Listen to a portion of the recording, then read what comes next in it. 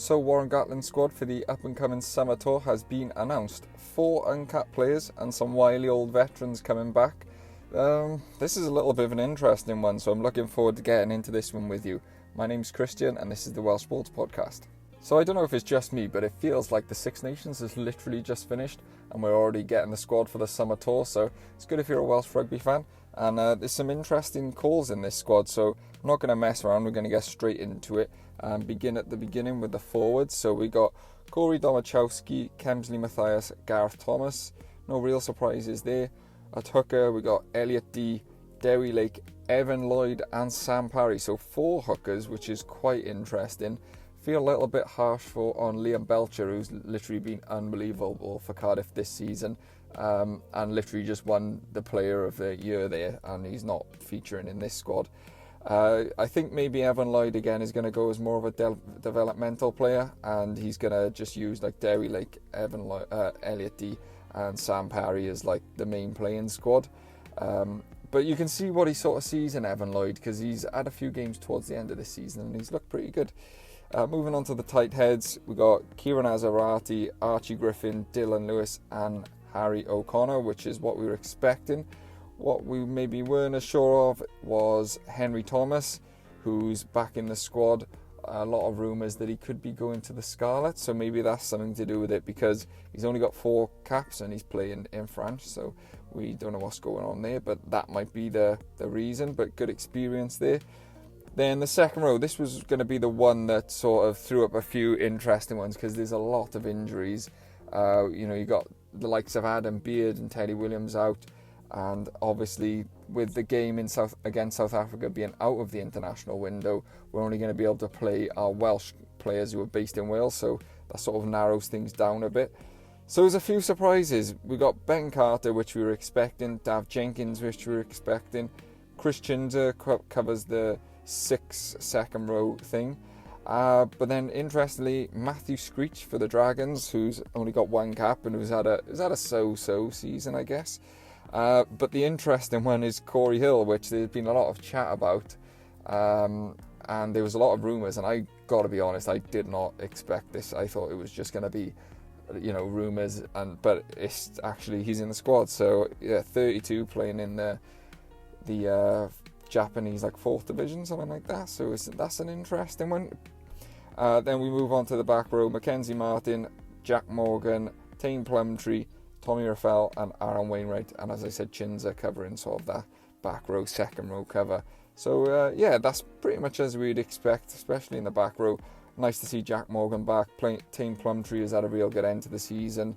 It's going to be an interesting battle between Jack Morgan and Raffel. Who gets maybe the starter? Will he try on both? It's going to be an interesting battle, one I'm looking forward to seeing. Moving on to the backs, there's a few more surprises in here. So we got Ellis Bevan gets called up and capped, Gareth Davis and Kieran Hardy, the other 2 scrum halves. Sam Costello, the only sort of out-and-out outside half. In the centres, then you got Grady, Ben Thomas, Nick Tompkins, Owen Watkins. On the wings, then you got Rio Dyer, Keelan Giles, Josh Hathaway. Liam Williams comes back into the team. Jacob Beetham gets the call up, and Cameron Winnett rounds off the team. So yeah, I mean, there's a couple of interesting things to look at there.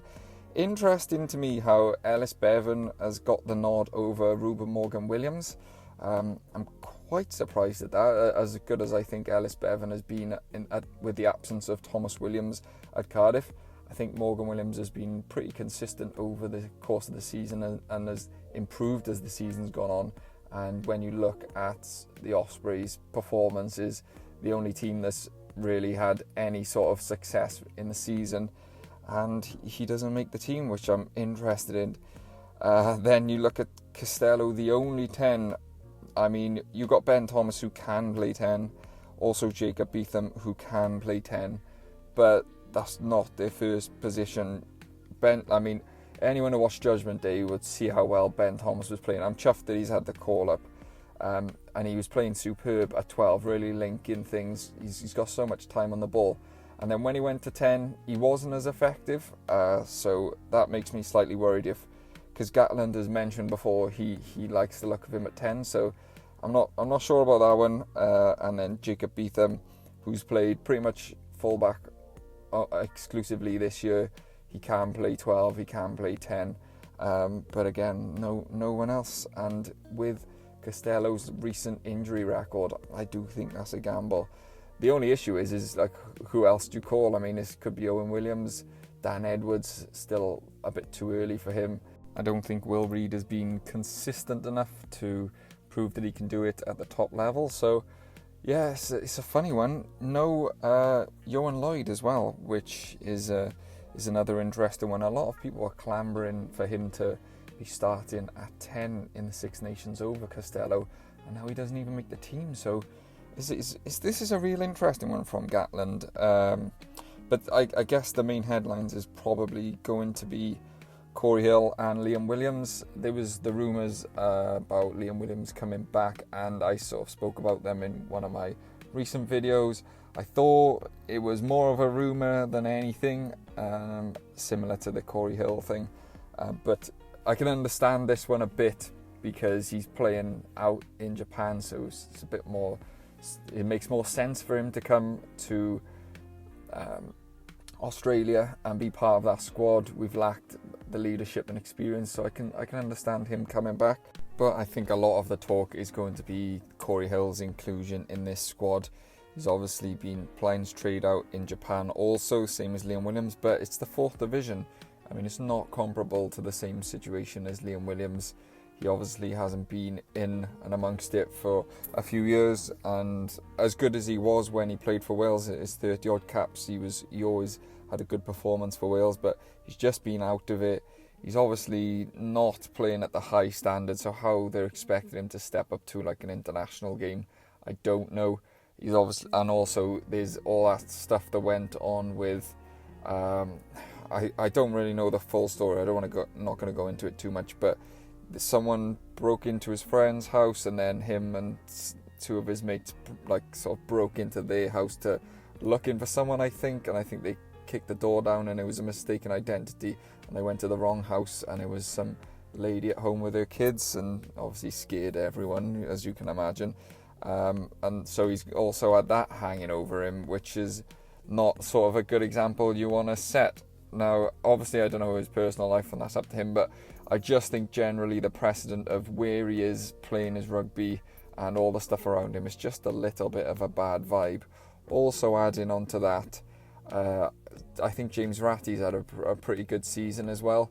He's obviously not the best second row we've got in Wales, and he's probably not the best well-rounded second row, but he's a big, strong ball carrier, abrasive player, and he's been pretty consistent throughout the season.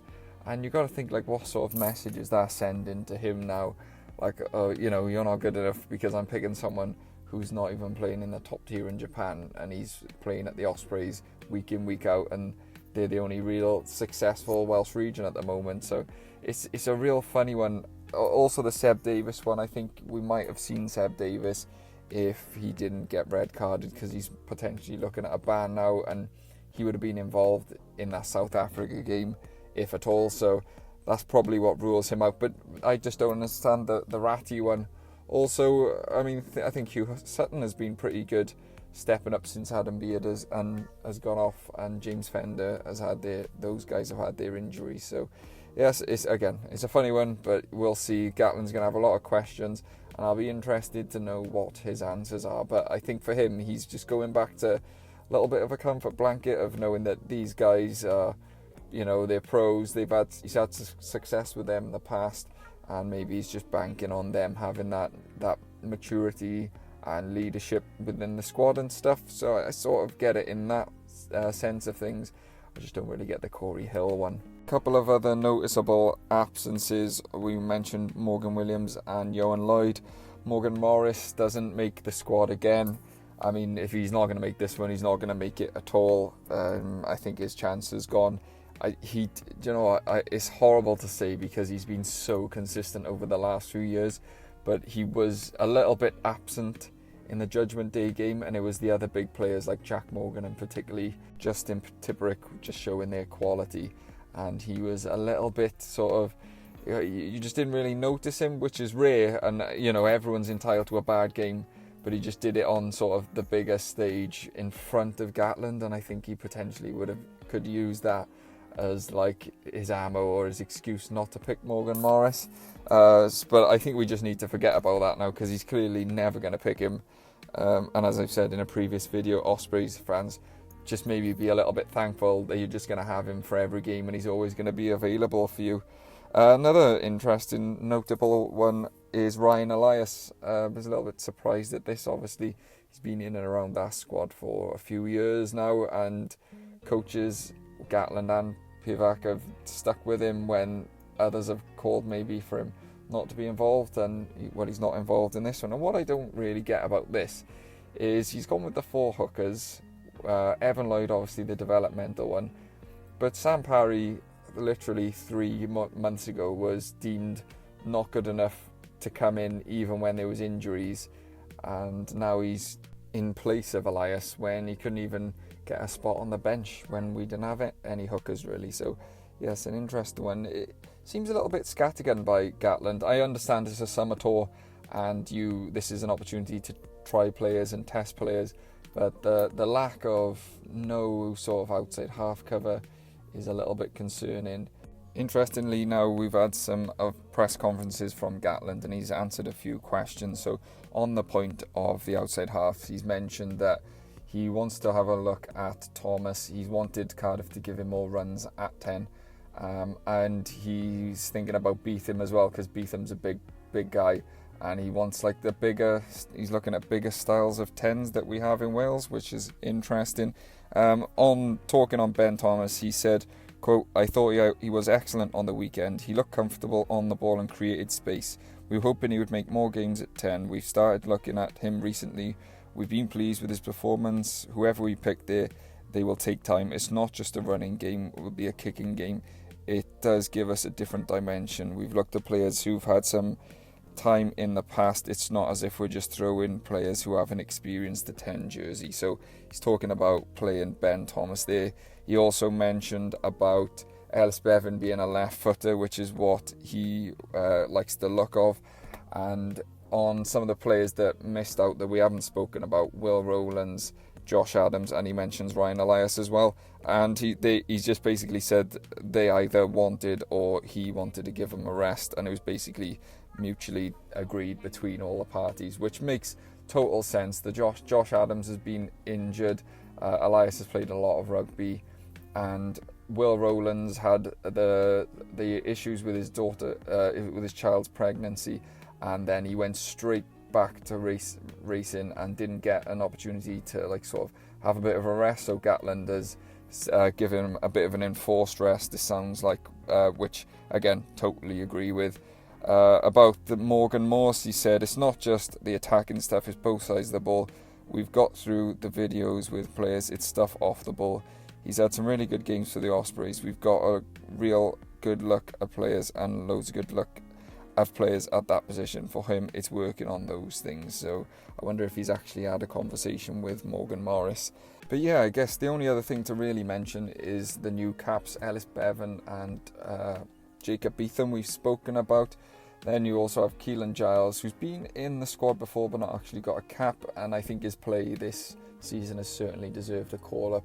And the lack of sort of out-and-out depth that we've got on the wings without Adams and obviously without Rees-Zammit being here. So congratulations for Keelan Giles. I think he's got a real good opportunity to start, or maybe we could see Liam Williams back on the wing, I don't know. And then Josh Hathaway is obviously the young kid at Gloucester. I was again surprised a little bit at it, not surprised, but what I had a feeling it was going to be another one of the Fawa Bozo things where he's gone to England because he played his age grade. He is Welsh, but he played his age grade rugby for England, and I thought that he might stick with England or England might keep hold of him. But Wales have done the right thing, got him in the squad. Hopefully they get him a cap and then that locks him in. If you haven't seen him play, have a look at his YouTube highlights. He's electric. Still a lot of work on, still very young defensively. He's still got a long way to go, but I think it's a great idea getting him in the squad. Like I said, especially with a lack of depth on the wing at the moment, he can also cover fullback, so there's that. But yeah, he's got a lot of star potential, Hathaway, and I think it's just bringing him into the fray, getting him involved, used to that squad environment, and maybe he'll get a cap, and that can just lock him in for us and keep England's paws off him, I think.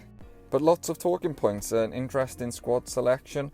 Apologies for the lack of production on this video, just haven't had the time. I needed to just get something out, so the next one will be a bit better. But that's all from me on this one. I'll catch you on the next one. Thanks, bye.